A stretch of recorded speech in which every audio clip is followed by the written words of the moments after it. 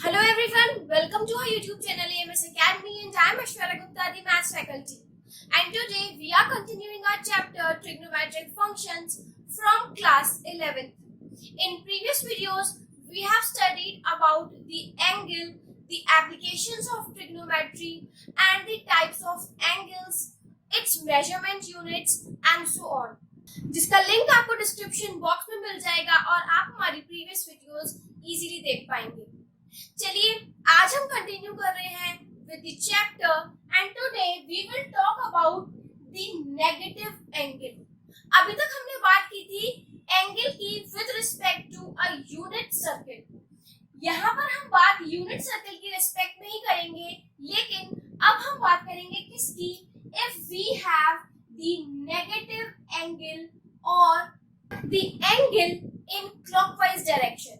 हमने आपको बताया था कि अगर कोई भी आपकी इनिशियल साइड है और वो इस तरह से मूव करती है, यानी कि एंटी क्लॉकवाइज मूव करती है, तब उसका जो एंगल होता है वो पॉजिटिव एंगल बनता है।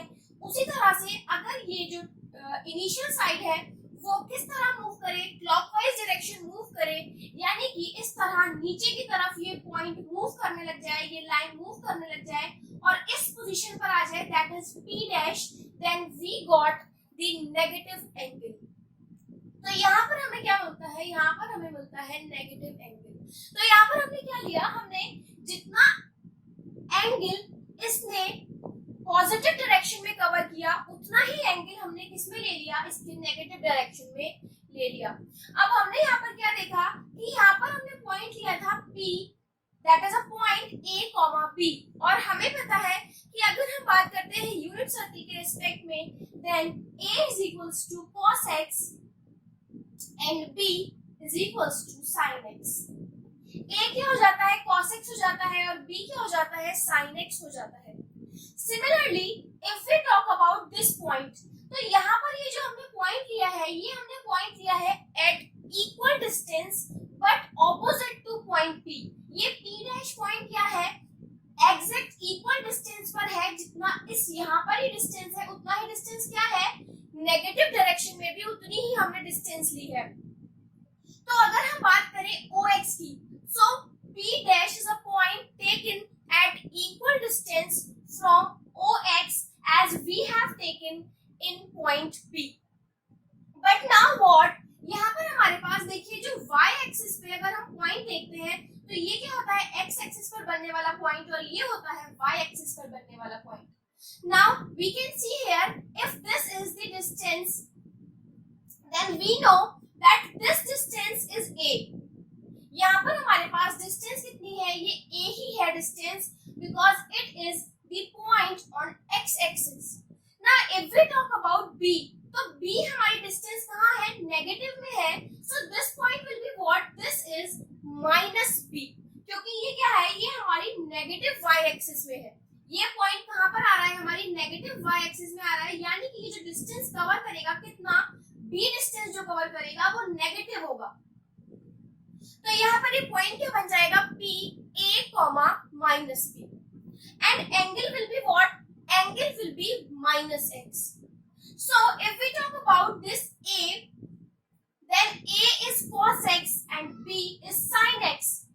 If we talk about this A, then A will be equal to what, A will be equals to cos minus x। अगर हम बात करते हैं इस कंडीशन की, तो यहाँ पर a किसके इक्वल होगा, a इक्वल होगा cos माइनस x के, क्योंकि यहाँ पर ये एंगल कितना कवर कर रहा है, negative of x। So here a is equals to what, a is equals to cos minus x। Now we also know that a is equals to cos x।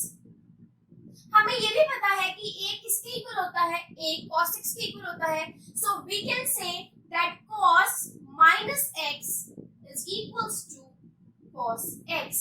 So if we have the negative angle of cosine function, then we will get it as the positive angle, that is cos x। तो cos minus x है अगर, तो उसको हम क्या लिख सकते हैं, उसको हम cos x लिख सकते हैं, यानी कि उसका पॉजिटिव एंगल लिख सकते हैं।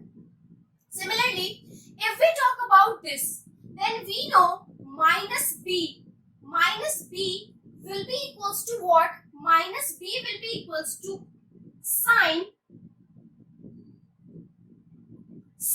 minus x. Minus b will be equals to sine minus x.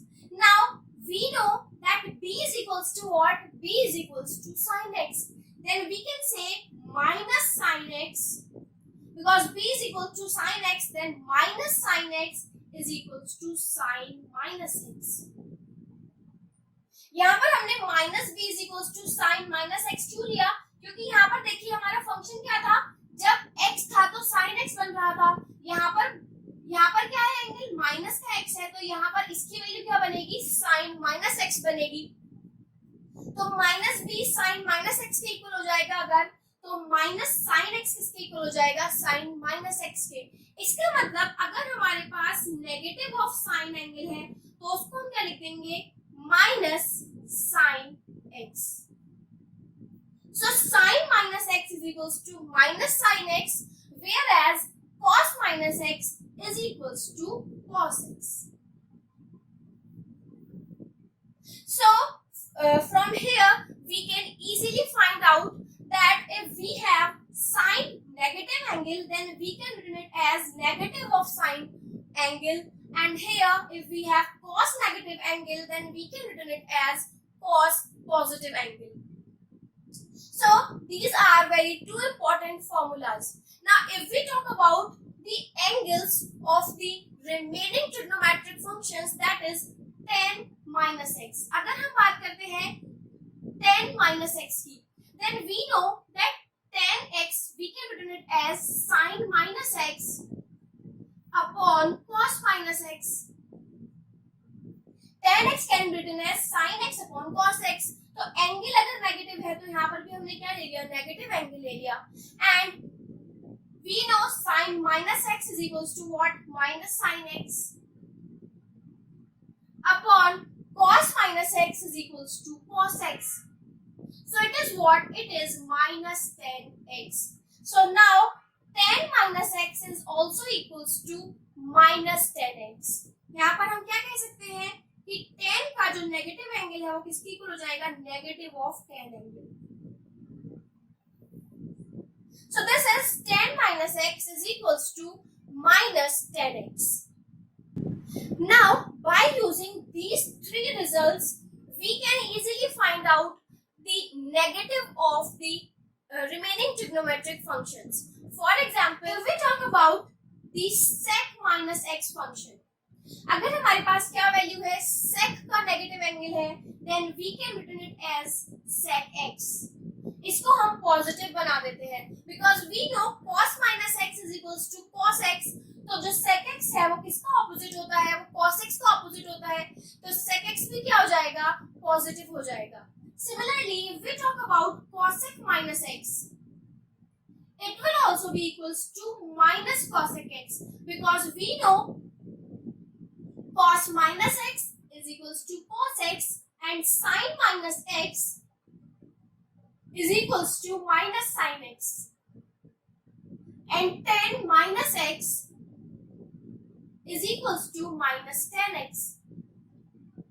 Sec minus x is equals to sec x because it is the opposite of cos x. Similarly, cosec x is the opposite of sin x. So if we get minus sin x, here also we will get minus cosec x. And similarly, cot minus x will be equals to minus cot x.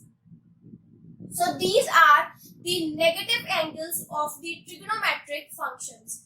It is very important to know these results because it will be very useful in attempting the questions based on trigonometric functions.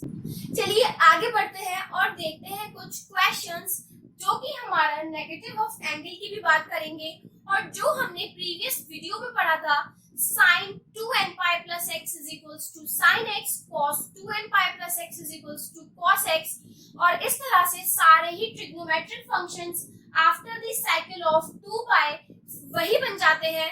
तो उसके बारे में आज हम बात करेंगे और questions करेंगे।